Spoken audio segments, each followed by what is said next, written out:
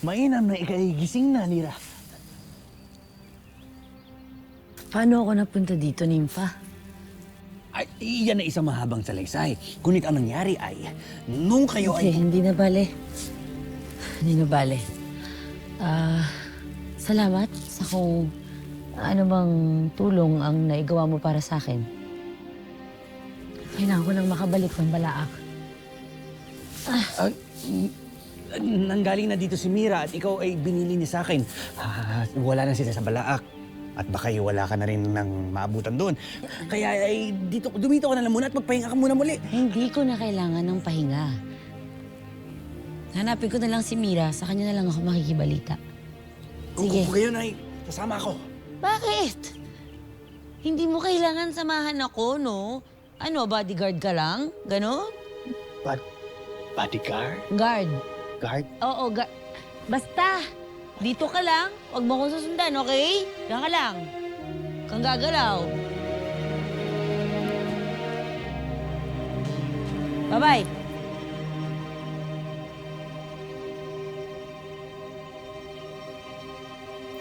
Ngunit hindi kita maaaring pabayaan. Baka may mangyari ulit sa'yo masama.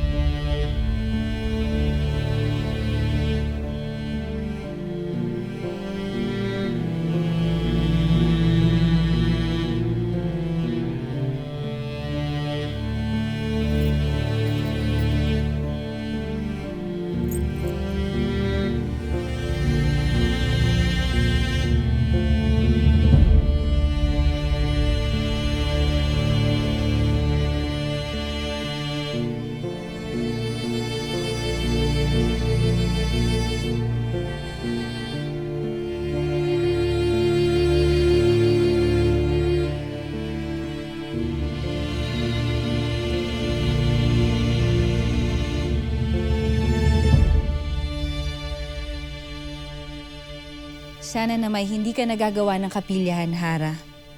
Ako may nakokonsensya sapagkat napahamak pa ang mga mini-ave dahil sa ating ginawa. Huwag kang mangamba.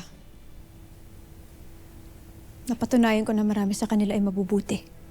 Hindi tulad ng ating inakala. Sumusunod lamang sila sa utos ni Mitena, kaya sila nakakagawa ng masama. Bakit mo pa sinabi sa akin yan, Hara? Lalo tuloy akong nakaramdam ng konsensya.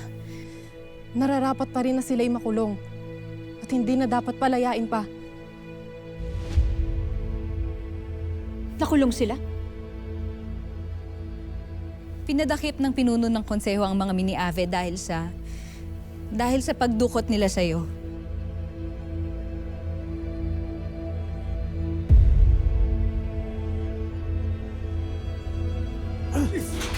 Mali ito!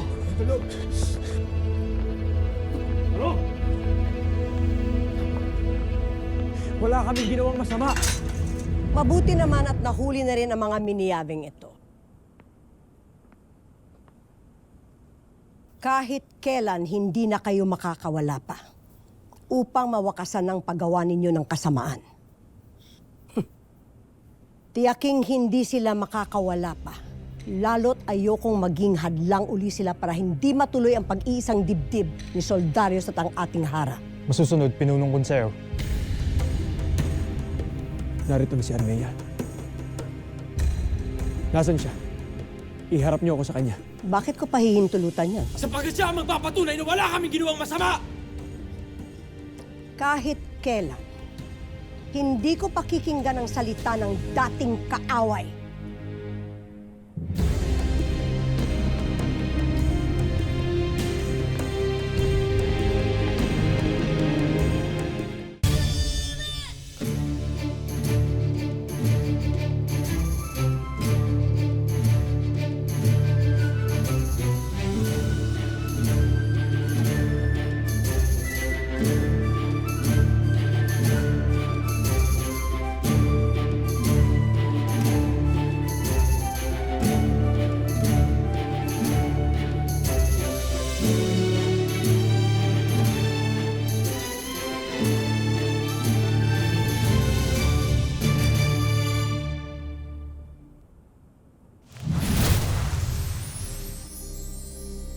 Mahal na Hara.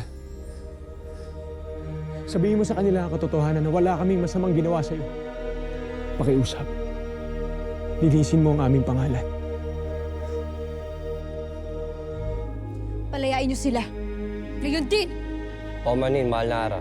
Ngunit mahigpit na utos ni Tabon na huwag silang hahayaang makalabas. Nakikilala niyo ba ang inyong kausap?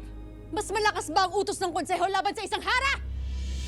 Handa kami makinig sa iyong utos, kamahalan, kung ito ang utos ng konseho. Mahal na Hara. Magkapit-kapit kayo lahat sa akin. Ngayon din!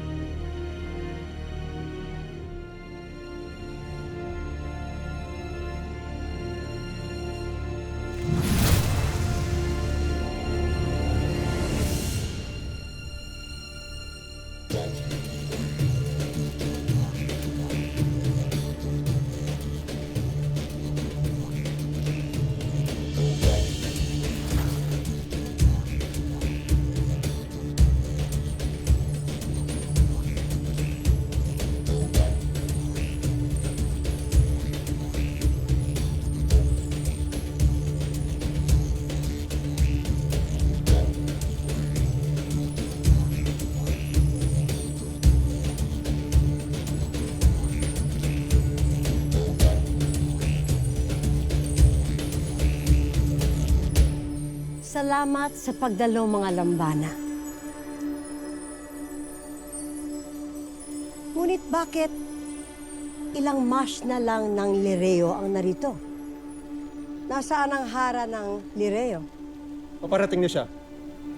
Hindi maaaring hindi siya dumating sa mahalagang kaganapan ang mahal na Reyna. Mainam. Bakit mga dama lang ang dumating? Nasaan ang hara? Paumanhin, Pinunong Tabon. Ngunit may pinuntahan lamang ang mahal na Hara. Saan siya nagtungo?